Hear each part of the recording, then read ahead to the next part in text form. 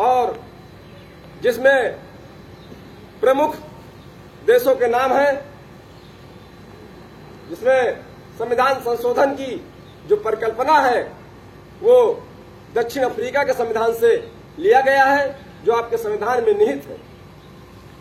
Ireland के संविधान से नीति निर्देशक तत्व लिए गए, जो आपके संविधान में समाहित है। जर्मनी के संविधान से आपातकाल उपबंध लिया गया, जो आपके संविधान में निहित है। ब्रिटेन के संविधान में द्विसदनात्मक संसदीय प्रणाली ली गई, जो आपके संविधान में निहित है। अमेरिका के संविधान में मौलिक अधिकार लिए गए, जो आपके संविधान में निहित है। ऐसे कई देशों का संविधान के अध्ययन करने के बाद जो वहां के संविधान में अच्छाइयां थी, जो अच्छी थी बातें, उसे भारत के संविधान में लेने का निर्णय लिया गया। साथियों, भारत का संविधान विश्व का सबसे बड़ा संविधान है और लिखित संविधान है। साथियों, जब यह संविधान बना था तो उस समय 395 अनुच्छेद और 25 भाग और 12 अनुच्छेद हुआ करते थे। लेकिन आज समय समय पर संविधान को संशोधन किया गया और उसमें अनुच्छेद बढ़ाए गए, उसके भाग भी बढ़ाए गए और अनुसूचियां बढ़ाई गई। जैसा कि अभी आपने देखा होगा, जो EWS का जो आरक्षण दिया गया वो भी संविधान में संशोधन करके दिया गया। आपने एक बहुत बहुचर्चित संविधान संशोधन पढ़ा होगा, प्रमोशन में आरक्षण, यह भी 14 में लाया गया था। उसके बाद सुप्रीम कोर्ट ने कहा अगर इसको आप मुहूर्त रूप में रखते हैं संविधान में आरक्षण में प्रमोशन में आरक्षण, तो इसको संविधान के द्वारा पारित करके हमें प्रस्तुत करें। साथियों, वो भी पेंडिंग है। राज्यसभा में बहुमत न होने के कारण वो पेंडिंग रह गया, लोकसभा से पास हो गया था।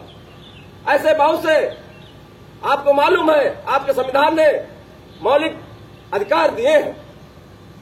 6 मौलिक अधिकार हैं, जिसमें अभिव्यक्ति की आजादी, स्वतंत्रता, आप जहां भी चाहे अनुशासनात्मक रूप से, लोकतांत्रिक रूप से इकट्ठा होकर के अपनी बात कह सकते हैं। साथियों, संपत्ति के अधिकार आपका मौलिक अधिकार था, उसे समाप्त करके विधिक अधिकार कर दिया गया। साथियों, संविधान को बनाने में 64 लाख रुपए खर्च हुए थे उस समय, और संविधान हमारा 26 नवंबर 1949 को ही बनकर तैयार हो गया था।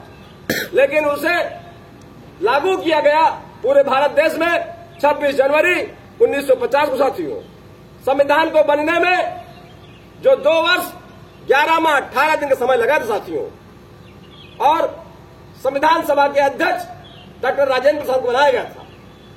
साथियों, हम जो हमारा प्रीलिमिनर है, प्रस्तावना संविधान सभा का, उस संविधान का हृदय कहा गया साथियों।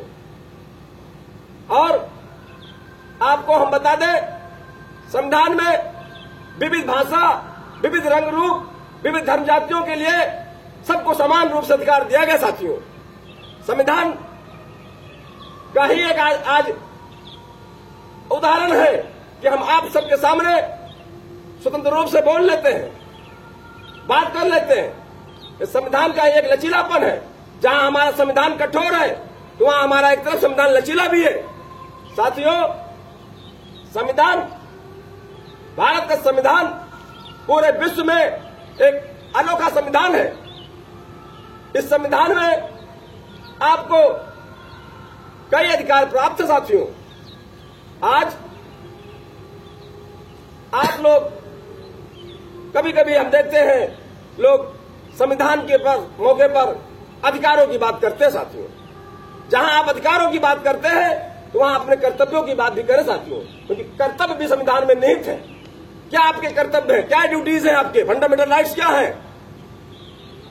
आपके मौलिक अधिकार तो हैं, लेकिन आपके कर्तव्य भी हैं। साथियों, हमें प्रण लेना चाहिए कि कोई न कोई हर राष्ट्रीय पर्व पर जब हम मनाए तो उसमें कोई एक अच्छा काम करने का प्रण बनाए। साथियों, उसमें आपका वृक्षारोपण भी हो सकता है, उसमें कोई एक बुरा व्यसन त्यागने का भी हो सकता है, उसमें कोई किसी गरीब बच्चे की फीस भरने का भी हो सकता है, उसमें कोई प्रण ले सकते हैं कि हम आज ये अच्छा काम करेंगे साथियों, वो देश के राष्ट्र में रोहतक होगा, उन्नति में। हम भारत, आज का भारत 21वीं सदी में चल रहा साथियों। आज देखेंगे राजपथ पे हमारे राष्ट्र में जो भी डिफेंस सिस्टम है उसका मुजाहरा होता है साथियों। आज पिनाका सिस्टम, रफाल लड़ाकू विमान, आपके बोफोर्स तोपें और अन्य स्वदेशी निर्मित तोपें, वह आज राजपथ पर उनका मुजाहरा किया जाता है साथियों। आज राष्ट्र अपनी शक्ति का प्रदर्शन भी करता है साथियों। ये सब आप लोग संज्ञानित हैं। मैं आप सबसे अपील करता हूं कि जो बीमारियां आ रही हैं, जब हम स्वस्थ होंगे तो स्वस्थ भारत का निर्माण होगा साथियों। उसके लिए आप दिन प्रतिदिन वॉकिंग करिए। मोटा अनाज जो लोग हम लोग छोड़ चुके हैं, आज फिर भारत उसे मोटा अनाज खाने के लिए प्रेरित कर रहा साथियों। मोटा अनाज में जौ, बाजरा, मक्का, चना, ये सब मोटे अनाज में आते हैं साथियों। और आप देख रहे हैं आज का हमारा युवा पीढ़ी कोई न कोई रोग से ग्रसित है। आप मधुमेह सुना होगा रोग, ये आम लोगों को हो रहा है। आपने सुना होगा थायराइड का रोग, ये आम लोगों को हो गया है। आपने सुना होगा बीपी का रोग, ये आम रोग हो गया है साथियों। इसे हमें जड़ से मिटाना है और इससे भगाना भी देश से है। जैसे हमने टीबी उन्मूलन किया, जैसे हमने चेचक का उन्मूलन किया, अन्य बीमारियों को भारत से भगा दिया, आज इसे भी भगाने की आवश्यकता साथियों। अन्यथा जब आप स्वस्थ नहीं रहेंगे तो आप अपने घर परिवार को और देश की सेवा कैसे कर पाएंगे साथियों। ये हमें आज ये प्रण लेना है और इसी के साथ जानना है कि हमें आधा घंटा, 1 घंटा रोज प्रायः टहलना है, दौड़ना है और घर में अपने काम जो मशीनीकरण से है वो मशीनीकरण से न करके हम स्वयं उस कार्य को करेंगे साथियों। हम गांव से प्लान करते हैं। हमने देखा है जब गाय भैंस पाली जाती थी तो उनके चारे काटने के लिए वहाँ एक मशीन हुआ करती थी, लोग चलाया करते साथियों। उसमें पूरी वर्जिश हो जाती थी। हमने कभी गलासे से भी देखा कर भी काटते हुए साथियों। हम गांव भर के लोग हैं, लेकिन आज हम लोग इतने आराम तलब हो गए हैं कि थोड़ी सी भी जाने के लिए हमें गाड़ी चाहिए, बाइक चाहिए और मोबाइल फोन।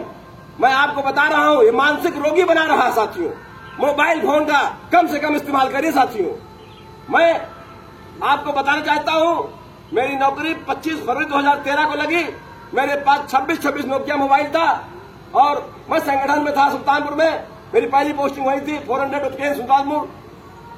उसके बाद 2019 में मैंने एंड्रॉइड मोबाइल लिया लोगों को कहने पर, सैमसंग का J3।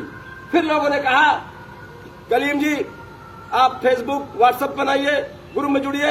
मैं वो भी कर लिया। अब उसका ये नतीजा हुआ साथियों, जहां मैं 9:30 बजे और 10 बजे खा पी करके बिल्कुल रेडी बच्चों को पढ़ाता भी था और लिखता भी, हर चीज सीखने की इच्छा भी थी। अखबार पढ़ने देता था, उसे भी मैं सुबह के बाद शाम को भी अध्ययन करता था कि कोई चीज छूट तो नहीं गई। मोबाइल आने के बाद वो चीज छूट गई साथियों। 11:30 बजे तक पढ़ा, मतलब मोबाइल देखते देखते माइंड हमारा सर दर्द होने लगा। उसका यह परिणाम है आज भी मैं 10 के बाद ही, 10:30 के बाद ही किसका मैसेज आया, क्या रिप्लाई करना है, घर से फोन आ जाता है, रिश्तेदार का फोन आ जाता है। आज तो आसान हो गया है, लेकिन मैं आपको बता रहा हूं मोबाइल से कम जरूरत इतनी हो उसका उतना ही यूज करिए साथियों। मोबाइल आपका अच्छे कार्यों के लिए यूज करते हैं तो उसका बेनिफिट है। अगर आप उसको मनोरंजन के लिए यूज करते हैं, 24 आवर्स आपको पैशन के लिए यूज करते हैं, पैशन में रखे हैं, तो वो कम कर दिए साथियों। इसलिए मानसिक रोगी बहुत ज्यादा हो रहे साथियों। आप कभी कोई देखते हैं मोबाइल ईयरफोन लगाए हुए मोटरसाइकिल से जा रहे हैं, नहीं सुनाई पड़ रहा, एक्सीडेंट भी हो रहे साथियों।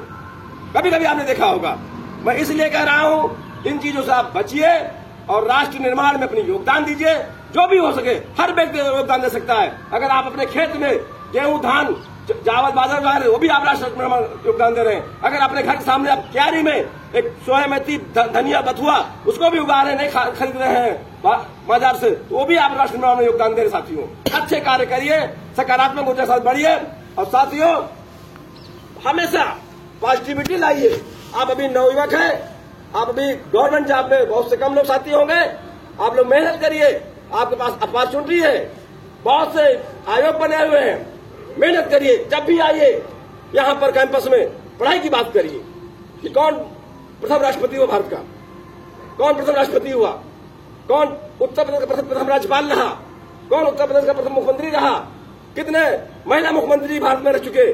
जीके का आदान प्रदान करिए, पेपर लाइए, इंग्लिश के लाइए, हिंदी के लाइए, उनको पढ़िए साथियों। इसलिए मैं कह रहा हूं, आप जब तक निरंतर मेहनत नहीं करेंगे साथियों, सफलता नहीं मिलेगी। डॉक्टर कलाम का आपने उदाहरण सुना होगा साथियों, आपने जीतन राम मांझी का उदाहरण सुना होगा साथियों, आपने ईश्वर चंद्र विद्यासागर नाम सुना होगा साथियों, आपने विवेकानंद का नाम सुना होगा साथियों। उनमें क्या ऐसी खूबी थी जो उन्होंने पूरे किताबों में जगह पा गए, जो आज भी लोगों के दिलों पर राज कर रहे हैं। इसलिए उन्होंने अपने को समर्पित किया है। ईश्वर चंद्र विद्यासागर का एक मैं उदाहरण देता हूं। एक अंग्रेज उनसे मिलने के लिए आया और रेलवे स्टेशन पर बैठा, कुली कुली की आवाज लगाया और ईश्वर चंद्र विद्यासागर वहां पर पहुंच गए।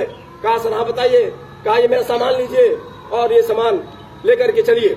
जैसे ही गेट के बाहर पहुंचे स्टेशन के, उन्होंने कहा किसके यहाँ जाना है, कहा ईश्वर चंद्र विद्यासागर के यहाँ जाना है, वो बहुत बड़े विद्वान व्यक्ति हैं, मैं उनसे मिलना चाहता हूँ। कहा चलिए, वो लिए और लेकर के जब अंदर गए कमरे में अपने, कहा कि ठीक रख दिया सर, कहा कि किससे मिलना है, फिर पूछा, उन्होंने कहा ईश्वर, कहा सर मैं ही हूँ।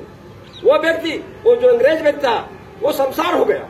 इतना महान व्यक्ति स्टेशन पे मेरा बोझ उठा करके घर तक ले आया, अपने बताया भी रास्ते में नहीं, घर पे कह रहा मैं ही हूँ। तो कितना बड़ा विद्वान व्यक्ति होगा। कुछ लोग अपने किरदार से लोगों को बदल दिए, अपने कार्यों से लोगों का माहिर परिवर्तन कर दिया।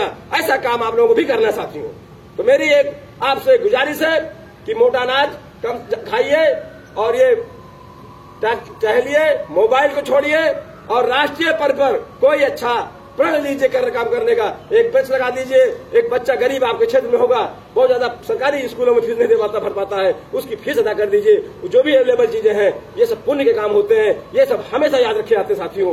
तो मैं इन्हीं शब्दों के साथ अपनी बातों को समाप्त करना चाहता हूँ। मेरे साथ आप जोशीला नारा लगाइए, गणतंत्र दिवस, गणतंत्र दिवस, गणतंत्र दिवस, भीमराव अम्बेडकर, भीमराव अम्बेडकर, महात्मा गांधी, सुभाष चंद्र बोस की, सुभाष चंद्र बोस की, भगत सिंह की, भगत सिंह की, भारत माता की। धन्यवाद।